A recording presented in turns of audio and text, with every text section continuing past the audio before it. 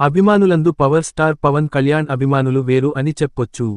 పవన్ ఎంచుకునే కొన్ని సినిమాల విషయంలో వాళ్ల నుంచి మొదట తీవ్ర వ్యతిరేకత వస్తుంటుంది. రీమేక్లను ఎంచుకోవడం, సరైన డైరెక్టర్లతో పని చేయకపోవడం పట్ల వారు తమ అసహనాన్ని చూపిస్తుంటారు. సినిమా మొదలైనప్పుడు, మేకింగ్ దశలో ఉండగా నెగెటివ్గానే స్పందిస్తుంటారు. కానీ ఆ చిత్రం విడుదలకు సిద్ధమైనప్పుడు అన్నీ పక్కన పెట్టి సినిమాకు కావాల్సిన హైప్ ఇచ్చేస్తుంటారు.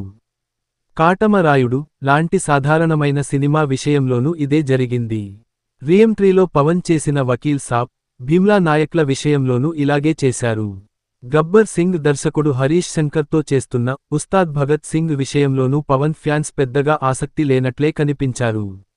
ఈ సినిమా చాలా ఆలస్యం కావడం, పైగా రీమేక్ అనే అభిప్రాయంతో దీని మీద తక్కువ అంచనాలతోనే ఉన్నారు ఫ్యాన్స్. ముందు నుంచి వాళ్ల దృష్టంతా ఓజీ మీదే నిలుస్తూ వచ్చింది.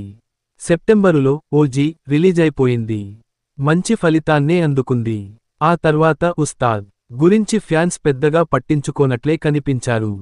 కానీ ఈ సినిమా నుంచి ఫస్ట్ సింగిల్ రిలీజ్ కాగానే మొత్తం పరిస్థితి మారిపోయింది.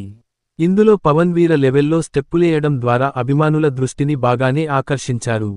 డ్యాన్సుల్లో పవన్ మామూలుగానే కొంచెం వీక్. పైగా గబ్బర్ సింగ్ తర్వాత పెద్దగా డ్యాన్సులేసే ప్రయత్నమే చేయలేదు. దీంతో దేఖ్ లెంగే సాలా సాంగ్ అభిమానులకు పెద్ద సర్ప్రైజ్గా మారింది. తొలి పాటతోనే పవన్, హరీష్, దేవి కలిసి సిక్సర్ కొట్టేశారు. ఈ పాటతో ఉస్తాద్ మీద ఒక్కసారిగా హైప్ పెరిగిపోయింది. ఇక ముందు ఇలాంటి ఎగ్జైటింగ్ కంటెంట్ ఇస్తూ పోతే ఉస్తాద్, ఓజీ కి ఏమాత్రం తగ్గని క్రేజ్ సంపాదించుకోవడం.